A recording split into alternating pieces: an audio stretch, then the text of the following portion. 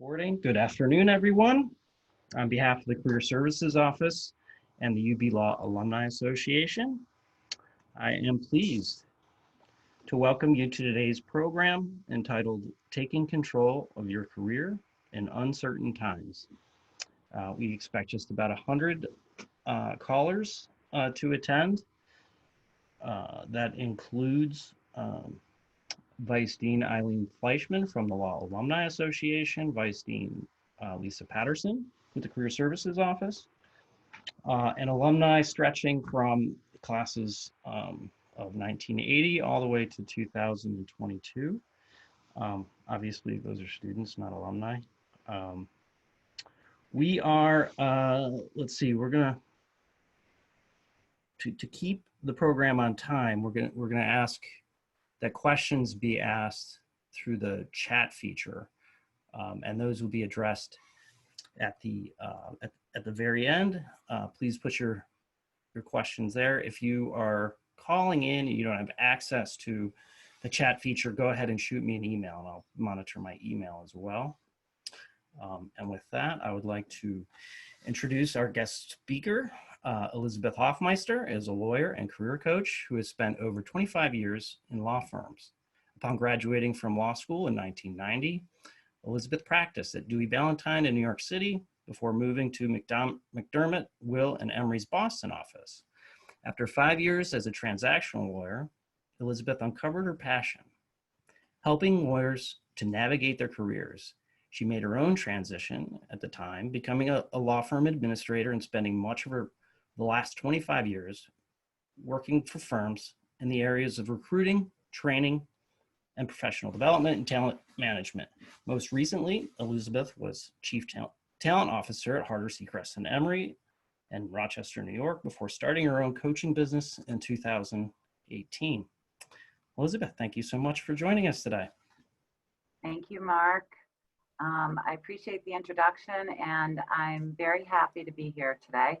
I'm looking forward to spending the next hour with you all virtually.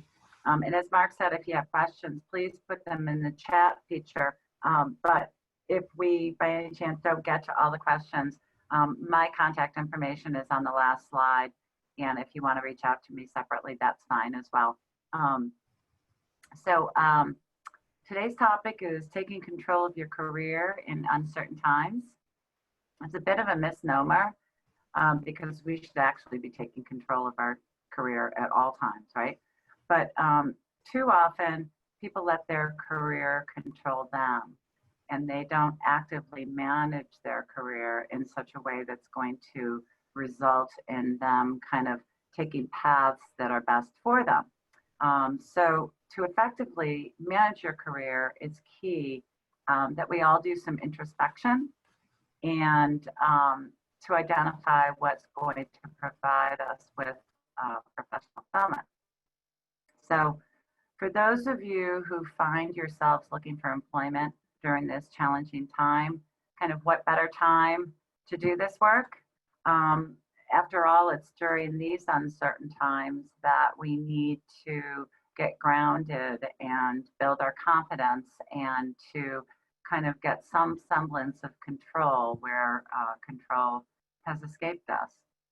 But this exercise is not just for uncertain times. It's important to take stock and do this work regularly in your career so that you find yourself moving along a path that's going to be best for you. So Mark gave a little bit of background about me. I just wanted to expand upon that a little bit. As Mark mentioned, I was a lawyer, am a lawyer, but it was at a time in my career when I had been, I guess I completed about 5 years of practice. I was in Boston, and I was finding myself disillusioned with my career. And to be honest with you, I was feeling pretty unhappy at that time. And I couldn't figure it out because I enjoyed law school so much. I enjoyed the intellectual challenge of law school and of practice. I liked the people I worked with. I worked at good firms, but for whatever reason, I just couldn't seem to find my kind of career satisfaction I was looking for. So I decided that it was time to figure it all out. I contacted a career coach in Boston who I had previously been introduced to, and she put me through a battery of assessments. And after considering my answers, she said to me, "It's no wonder that you're not enjoying the practice of law." She said, "The answers that you provided in these assessments match the answers of approximately 5% of the lawyer population. They're in stark contrast to those of others, and as it looks like your values, your skills, your strengths, and your wants and your needs are very, very different." So, at that time, I was just kind of shocked because I had really, enjoyed law school. I did well in law school. My career was going well. But after delving into the data and talking to her more, I found that she was spot on, and that she was right that I was not using my strengths and I was not going with my skills and my experiences. And so it was very validating. So she helped me to put together a vision of what my career might look like. And we incorporated my values, my strengths, my skills, my experiences, my needs, my wants, the whole world of kind of what made me unique. And I started to explore the world of options at that time. What made me unique was that I loved the law, but what I loved even more than the law was helping people and working one-on-one with people. So soon after I transitioned into a law firm role, as Mark mentioned, I've been in training and professional development. I've been involved in coaching lawyers. I've spent a good chunk of my career recruiting lawyers. And for the past 25 years, I've absolutely loved my work.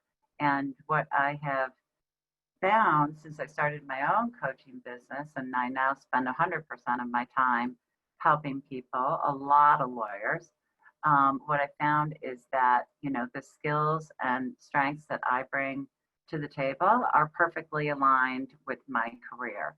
And I think that that's what's really helped me to get to a place where I have, full fulfillment in my career. Now, this move wasn't made overnight. It was a series of different moves that I made throughout my career.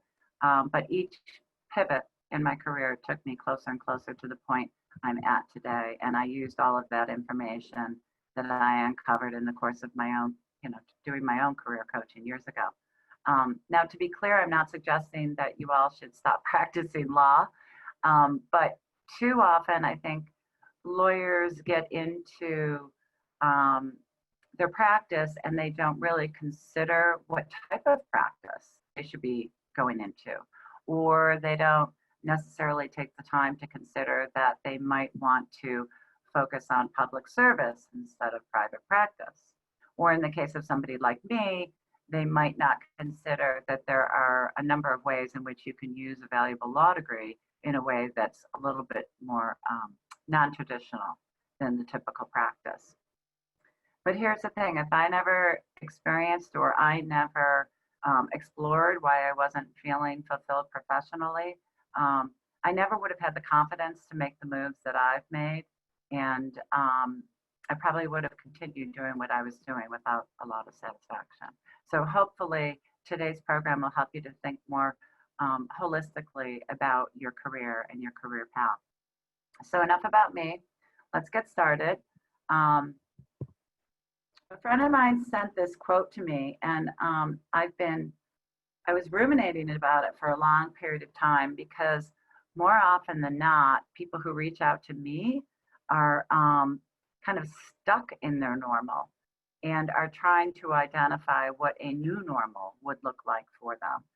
But people inevitably get mired in the questions that, such as, but what can I do? And what am I good at, and how do I think about transition, and what do I want, and how do I start.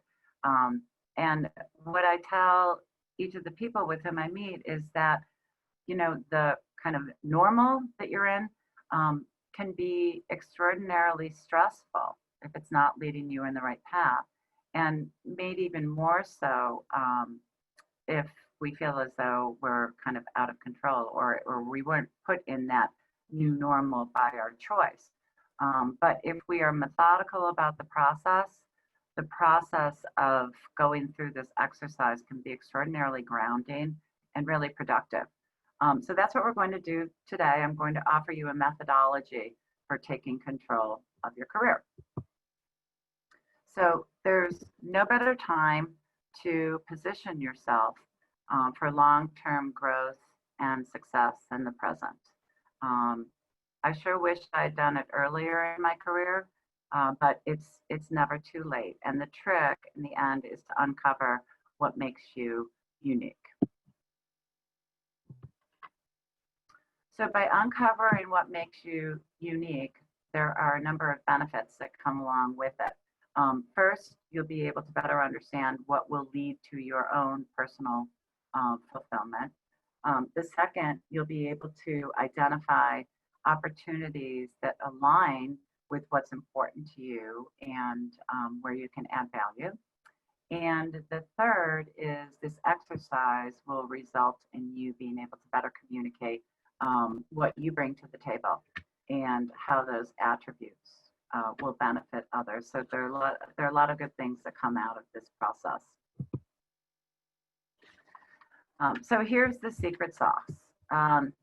Success in transition comes to those who know themselves, who have done the work of inventorying their skills and experiences, and who are able to create a vision of what I'll call their new normal might look like. And while this seems quite simple, most people don't take the time to be introspective because they get jumbled with all those questions, right? What am I good at? What could I do? And so forth. So today we're going to go through the 3 steps: know yourself, inventory your skills and experiences, and create a vision, and put in place a personal checklist for navigating your career. Hi, Elizabeth. Yes. Could you double check and see if your slides are up to speed? I'm so sorry, everybody.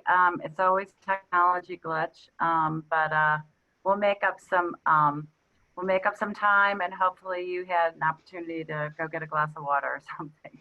Okay, so we are talking right now about what leads to professional fulfillment, and it starts with knowing yourself.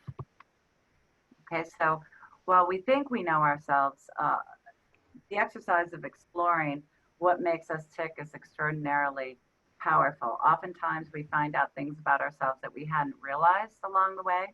And take me, for example. One of the values most important to me is helping people. And one would think that choosing to be a lawyer is aligned with that value system of mine. But what I came out finding after my own personal process was that helping businesses do transactions wasn't the same for me as helping individuals. What really gets my juices going is working with people one-on-one, helping them to be better at what they do. So here are the 3 things that you need to understand about yourself. What are my values? What are my strengths? And what are my needs? And what are my wants? These are the elements that define you. And if you carefully consider them, and you're diligent about making sure that you stay true to all of these things, then chances are you'll be more likely to be following a career path that will allow you to flourish. So let's start with our values. What's important to you? Values are our principles, or the standards of behavior that are core to who you are. They're the judgment of what's important in life. And they're kind of the bedrock, the cornerstone of your being. And the thing about values is that you have one set of them, and they apply to you personally and professionally. They don't change. The same set of values applies. You all may have heard of Peter Drucker. He's a well-known business consultant. And I'm going to read you one of his quotes. He offered the following observation. He said, "Sometimes there's a conflict between a person's values and his or her strengths. And what one does well, even very well, and successfully, may not fit with one's value system. In that case, the work may not appear to be worth devoting one's life to, or even a substantial portion thereof." And when I read this quote, I immediately thought of one of my classmates in law school, as a matter of fact. She was incredibly smart, and she was 100% committed to helping our environment. Her undergraduate degree was in environmental studies, and she went to law school to eventually become an environmental lawyer. Her mission was to make our planet green for generations to come. So she was interested in being and becoming a public service lawyer, but she had a lot of debt. So she knew that she needed to pay down this debt before she could move into public service. So she decided that she was going to practice in the public service sector, or in the private sector, for 3 or 4 years and pay down her debt. And then after that period, she could do what she really wanted to do, which was to go into public service. So she accepted a summer position at a large global firm, and was going to work in their environmental practice for the summer. And when she got to the firm, the first day she was assigned to work on a matter representing a huge company who was being sued by a number of public interest groups for a massive oil spill. And she just couldn't do it. It was against her value system. And she eventually moved to Plan B, so that after her summer experience, she scrapped the idea of going into private practice and instead moved into public service. Her values were so strong that they couldn't be compromised. Now, here are 2 other high-profile individuals who also made a decision to abide by their values. The first is Bill Gates, successful in his career pursuits, very successful in his career, but both he and Ruth Bader Ginsburg both took a pivot at one point in their career to address what was important to them. And Bill Gates, at the height of Microsoft's success, he walked away, and he formed the Bill and Melinda Gates Foundation, an organization that provided him with the opportunity to use his wealth for the greater good and align himself with charities that supported his values. Now, Ruth Bader Ginsburg, she was a very well-respected professor at Columbia Law, who was one of the few women in academia who taught civil procedure. But because she was so passionate about gender equality, she eventually decided to start volunteering her time with the ACLU. And as a result, she spent a considerable amount of her career, as most of you know, focusing on gender equality and advocating for women's rights before she eventually got appointed to the Supreme Court. So sometimes you're right where you should be, and you're living by your values and your career is in a good place. But sometimes to realize your full potential, your values come into play, and a pivot would be in order. Okay, so how do we go about defining our values? Here's the smell test. Do you know that feeling you get when you don't feel right about something, or you don't feel right about something that somebody's asking you to do? Chances are probably pretty good that your values are being compromised, or there's a conflict there. Now, this might also be an ethical dilemma, to be clear, but ethics ordinarily involve a question of kind of right and wrong, and there are pretty universal rules dealing with ethical situations, as opposed to a conflict that deals with your values. That is something that concerns what is most important to us. So now the smell test is really useful in identifying when your values are being tested, but to proactively think about what is important to you in transition or into a possible change in your career path, you should consider the list of values that's contained in Brene Brown's book, Dare to Lead. I don't know if any of you have read Brene Brown, but her research in that book focused on how values affect, the clarity of values affect the connection between daring leaders and what they're able to accomplish. So you can Google it and find her list of values. I recommend that you choose about a dozen of them and use them as a jumping off point as you consider what's important to you as you consider your new normal, so to speak. So why are values first? They're arguably the ultimate test to gauge whether our vision for our career and any potential transition is going to be successful. Because if we move forward in a way that's not aligned with our values and our principles, then we may chip away at the core of what makes us who we are.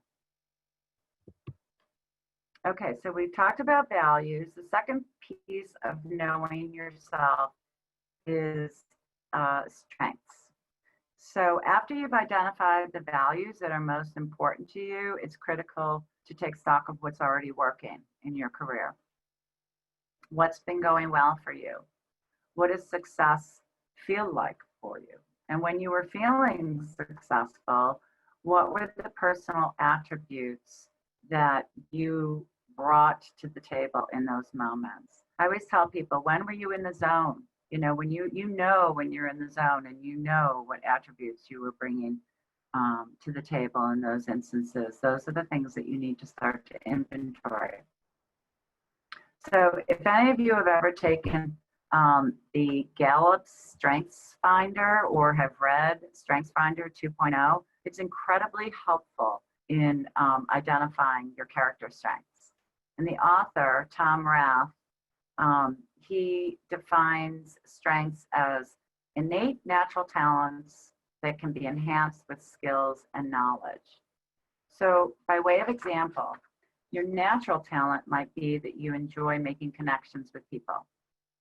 And by using this natural talent to effectively network with people, that natural talent may turn into the strength of being a rainmaker. So each of us has natural talents that have turned into strengths. And these strengths are what make us valuable contributors, right? Not only that, but using our strengths has other benefits as well. So here's some data here. The VIA Institute is a not-for-profit organization whose mission it is to help people to change their lives by focusing on their strengths. And not long ago, the VIA Institute did some research that identified that people who use their strengths every day are 3 times more likely to report an excellent quality of life and 6 times more likely to be engaged in their work. So if you're using your strengths in your work, that's a very good thing. And if you're not, you should consider how you might better utilize your strengths to, achieve that kind of happiness and well-being and fulfillment in your work. Okay, so each person has greater potential for success in specific areas, and the key to human development is building on who you already are. Now this is important. You cannot be anything you want to be, but you can be a lot more of who you already are. So as a career coach, this is my mantra, right? Okay, people have greater potential for success if they capitalize on their strengths. I mean, it makes sense, right? what are the chances of success if you're doing work that you're not very good at? So, one of my clients, who's an in-house lawyer, call him John, he reached out to me last year and he was struggling because he had moved in-house and he felt like that had been a mistake, leaving private practice to going in-house. And he was not at all inspired by kind of the reactionary or reactive or, reactive nature of being an in-house lawyer. He told me that for him, he felt most in the zone when he was in private practice and he was making impact by partnering with clients and helping them with their business strategy. He wasn't able to get involved in strategy at all in his in-house role. So John came to the realization that he was squandering his strengths, and it was really impacting his engagement with work. So he created a vision, and he's since moved into a business role in the very same organization. He's still using his legal skills, not as in-house counsel, but rather he's moved into a position where he is developing the company's acquisition strategy because that was his strength. Strategy was his strength, and he wasn't using it. So I spoke to him not long ago. He couldn't be happier. And the thing I like about his story is that he made such a small pivot. It was within his own organization, and he just found a position that was right up his alley as far as bringing his strengths to bear. So, of course, after each of us believes that we know who we are and what our strengths are, you probably all have some sort of a notion of where your strengths lie. But we're not always so reliable in gauging ourselves. Sometimes we have a blind spot that stands in the way of us being able to really truly identify what our strengths are and what the strengths of others are. So here's an easy exercise for you to do. Do your own self-evaluation first and ask yourself the following questions. What's the compliment or acknowledgement I receive most often? What makes me unique? And when was I most successful? And what personal attributes did I bring to the table during those times? Next, you want to choose the 5 people that you know the best. They could be friends, they could be family, they could be trusted colleagues, and ask them to provide their perspective as it pertains to you and to share it with you as to what they believe your strengths are. So ask some questions. What are my talents? What are 5 adjectives you would use to describe me? And what makes me stand out from others? And then finally, after you've done the self-evaluation and you've received feedback from others, you compare them, and there will be overlap. And at that point, you will be better able to understand and identify what your strengths are. And regardless of the type of transition you make or what path your career takes, by focusing on your strengths and bringing them into the decision-making process, you'll be bringing your best self forward in the process. Okay, so we've talked about knowing oneself, and we've talked about knowing our values and understanding our strengths. And now the last piece of knowing ourselves is identifying our needs and our wants. When my son was entering middle school, he came home one day and he said, I need a cell phone. And I said, you don't need a cell phone, you want a cell phone. Well, as you can imagine, there was a lot of disagreement on that point. But I clarified to him that needs are necessary for survival and wants make life more enjoyable. And clearly both are necessary for our happiness, but there are trade-offs, and we have to prioritize what is, necessary or important at the time. But the distinction between the two becomes more blurry as we mature. Take, for instance, somebody who has to take care of an aging parent. Would a part-time schedule become a need or a want? Or consider a couple who's been married and they're living and working in two different cities because one of the spouses can't find a job in the other spouse's city. Would geography be a need or want? There are, any number of needs and wants, and it does become blurrier, but whether needs or wants, there are certain non-negotiable items that are necessary for each of us to thrive. So what are they for you? More travel, volunteering in your community, spending more time with your significant other. The list can go on, but the important question is, what are your needs and wants? They're very personal. One of my very first clients was a colleague at one of my former firms. And she asked me if I would meet with her, and I asked her how I could help her. And we got together, and her response was, if I have to do this work for the rest of my life, I'm going to light my hair on fire. Okay, now I know it's bad at that point. So I said, okay, let's dig in here. Turns out she was in a regulatory practice and she spent most of her time doing compliance work. But the thing is that what she really wanted to do is to use her entrepreneurial spirit and build something. So she was a builder. And being a builder in a compliance practice is not necessarily such a good fit. It doesn't give you the opportunity to be very entrepreneurial. So she started to build her vision, and her vision was to create a new practice group in the firm. And she did it. She developed her vision. She made her pitch to the management committee. The management committee thought it was a great idea.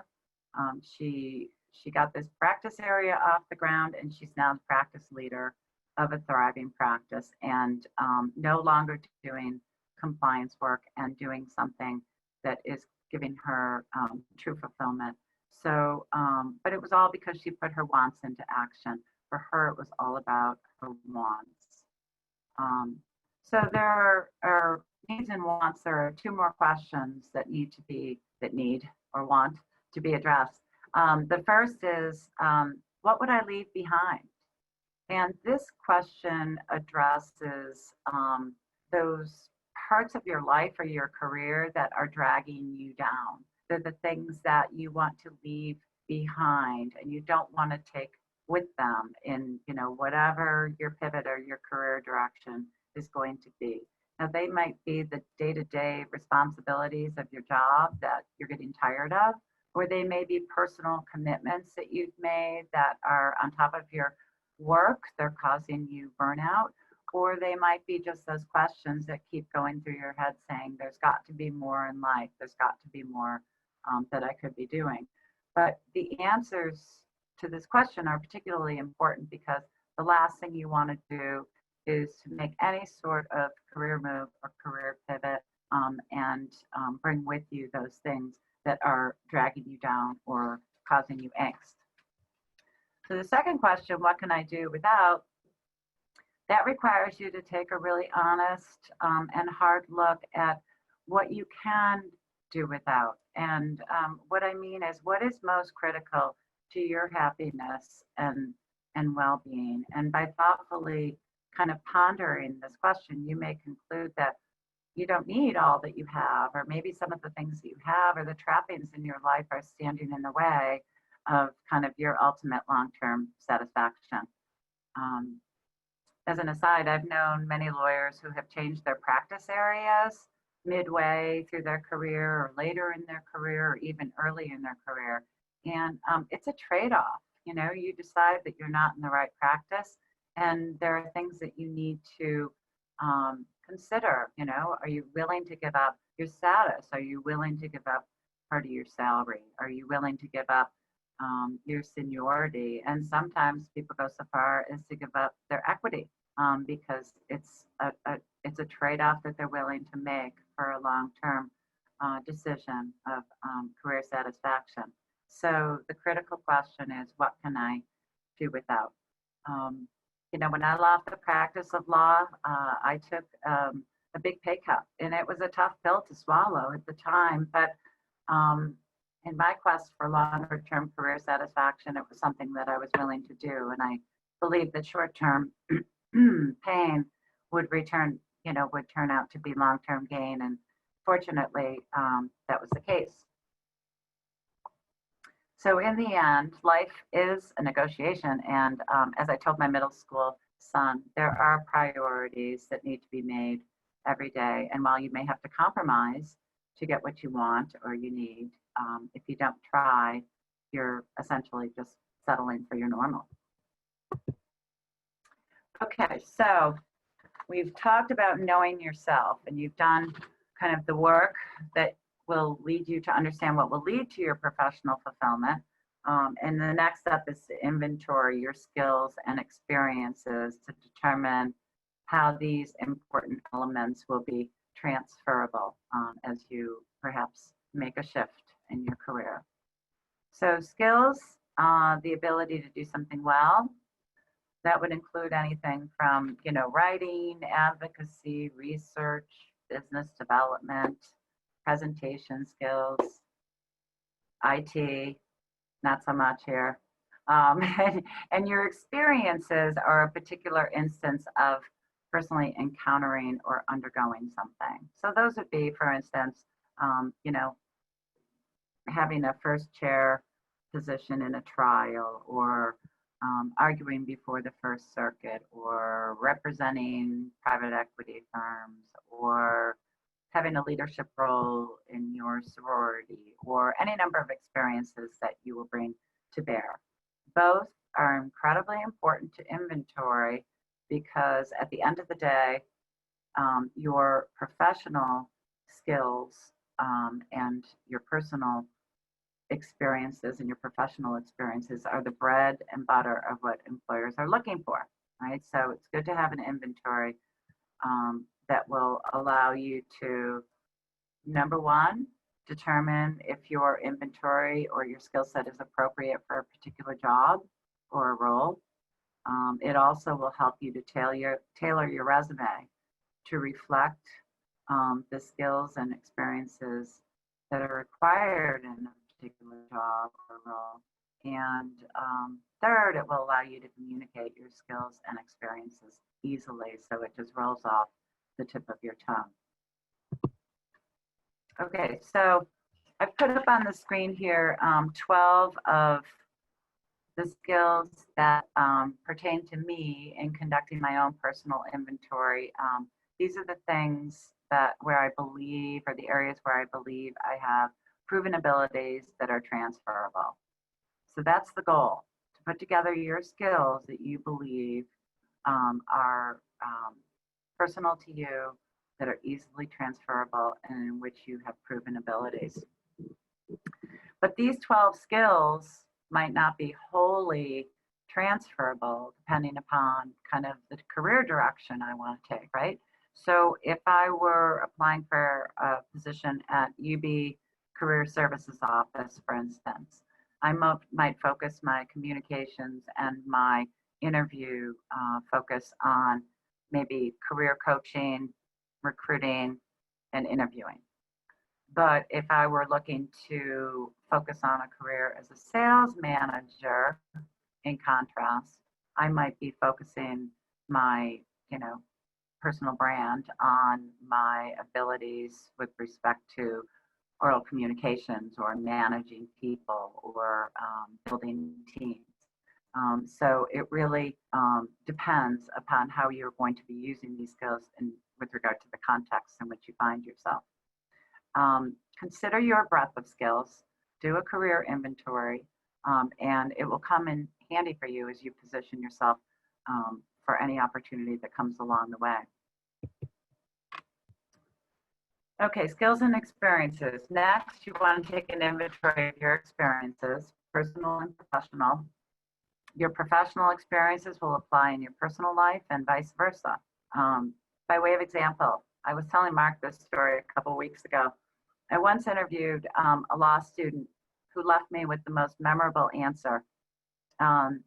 She was interested in a summer position at my former firm.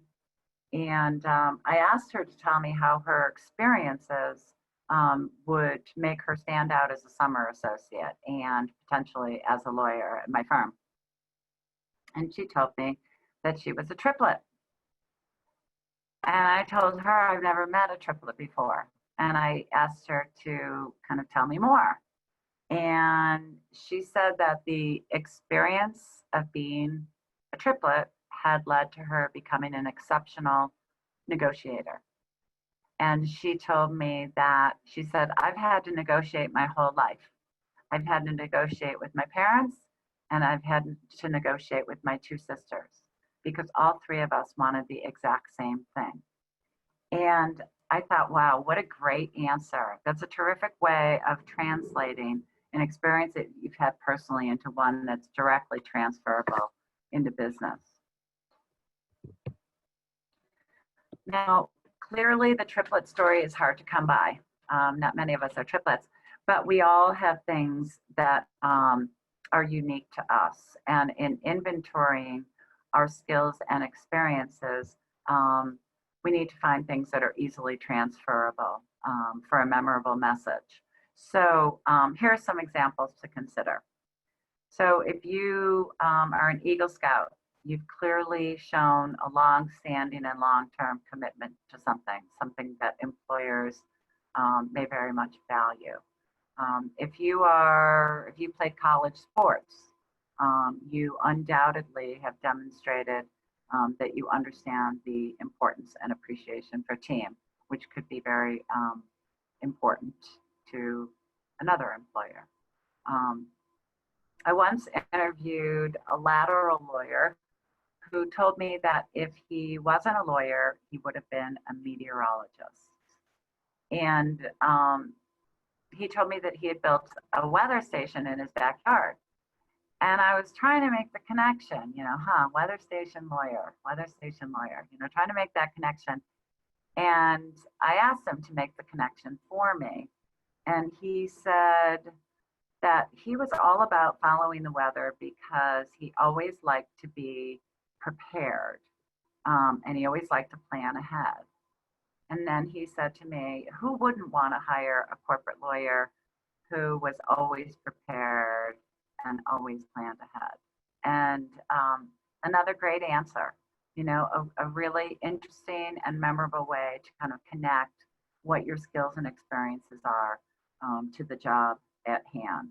So whatever your experiences are, whether they're personal or professional, note them and note how they're transferable so that you can draw on them when you need them. All right, so once you know yourself and you've inventoried your skills and experiences, you're 90% there. The final step is to create your vision for how you want to move forward.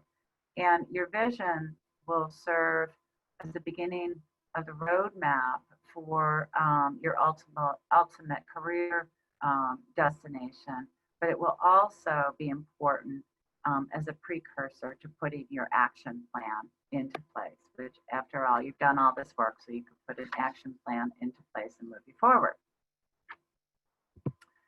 So in creating your vision, the world really is your oyster, and taking stock of all that makes you unique.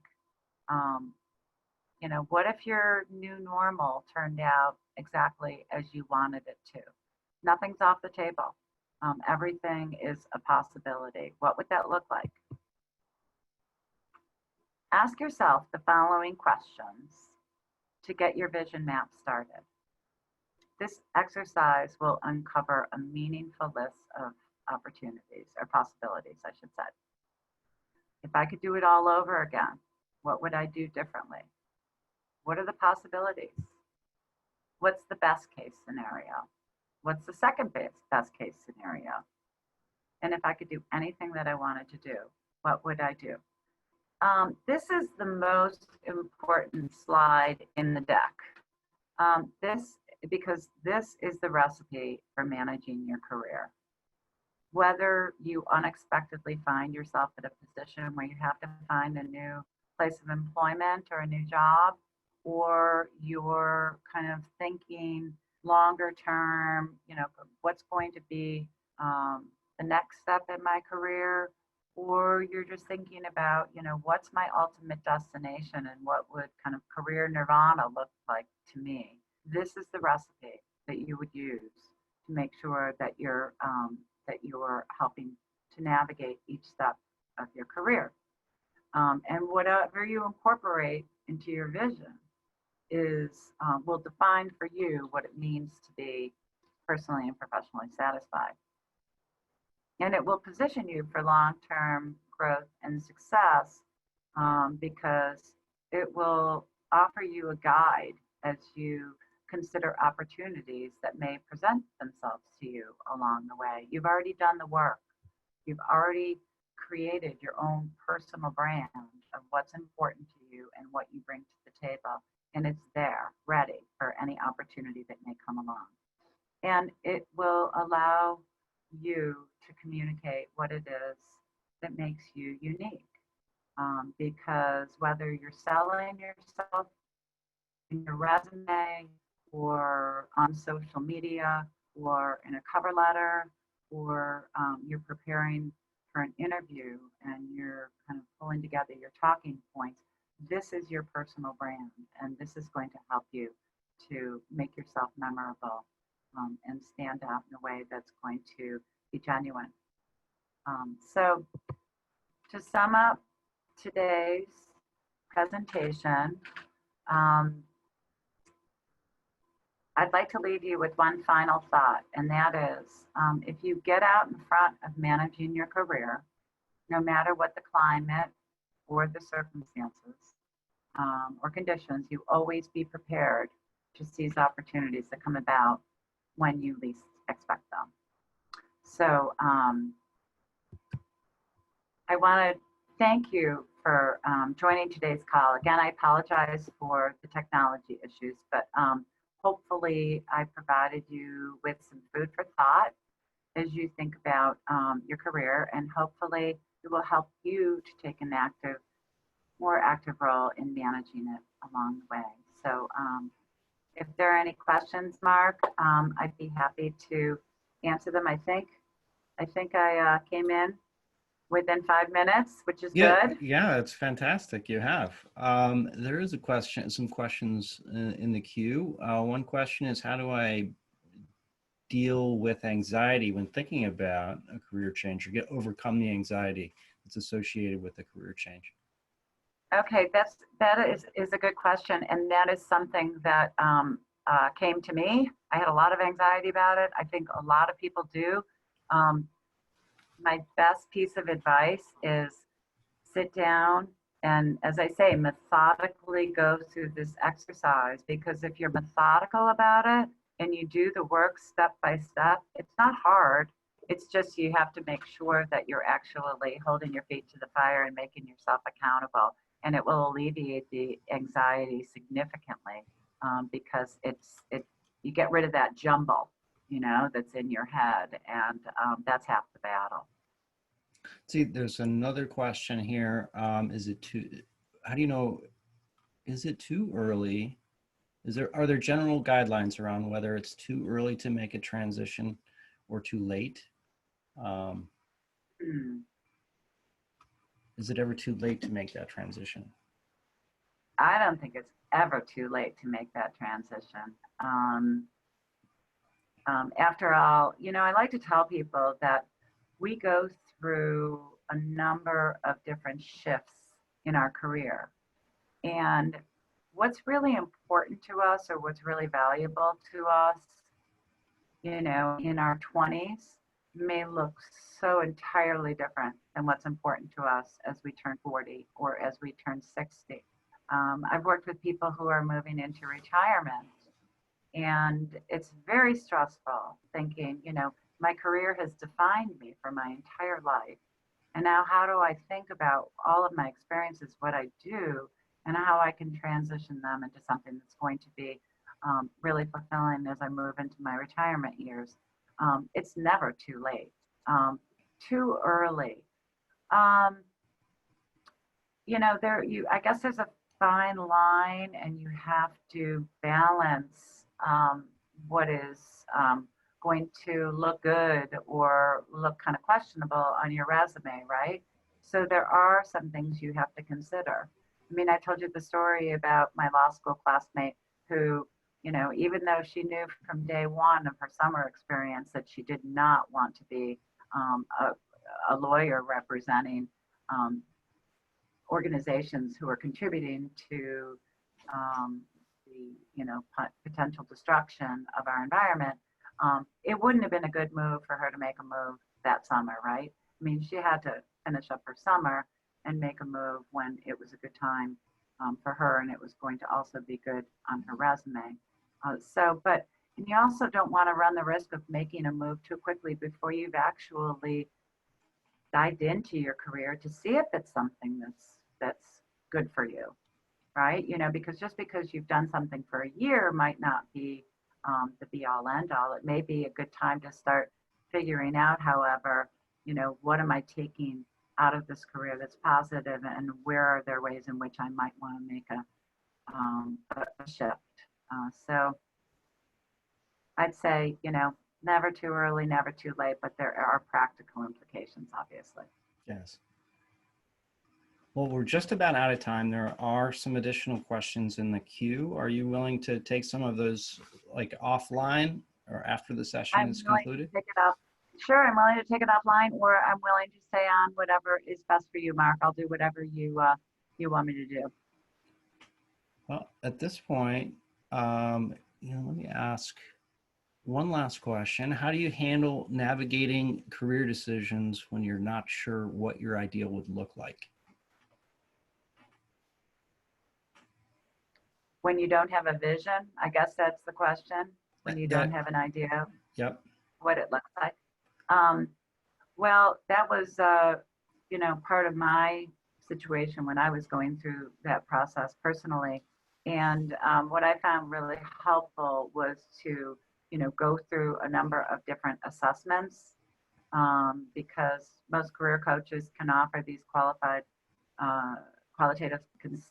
assessments that allow you to kind of dig deeper as to what the, world of opportunities is, so that you can start kind of drilling down and honing in on the things that are going to be most or best aligned with, kind of who you are and what you bring to the table. But, if you go through the process of considering all of the options, as I said in, earlier in the presentation, there are certain things that will really resonate with you. And I always tell people start there, because they're the things that are, kind of getting your juices going. That's great. And if someone were to reach out to you for additional suggestions on resources, skills assessments and things like that, skill builder type things, is that something you're open to do? Okay. Yeah, absolutely. My contact information is on this last slide. So by all means, shoot me an email, or if you want to give me a call, I'd be happy to chat and help you as best as I can. Okay. Well, great. Well, thank you so much. I think it's best we'll wrap up the program out of respect for everyone's time, including yours. And thank you so much for sharing your time and wisdom with us. Absolutely. Thank you, Mark. Thank you everyone for your patience in working through the IT issue, and Brandon for your help with that. Okay, great. Take care, Elizabeth. Thanks, Mark. Take care, everyone.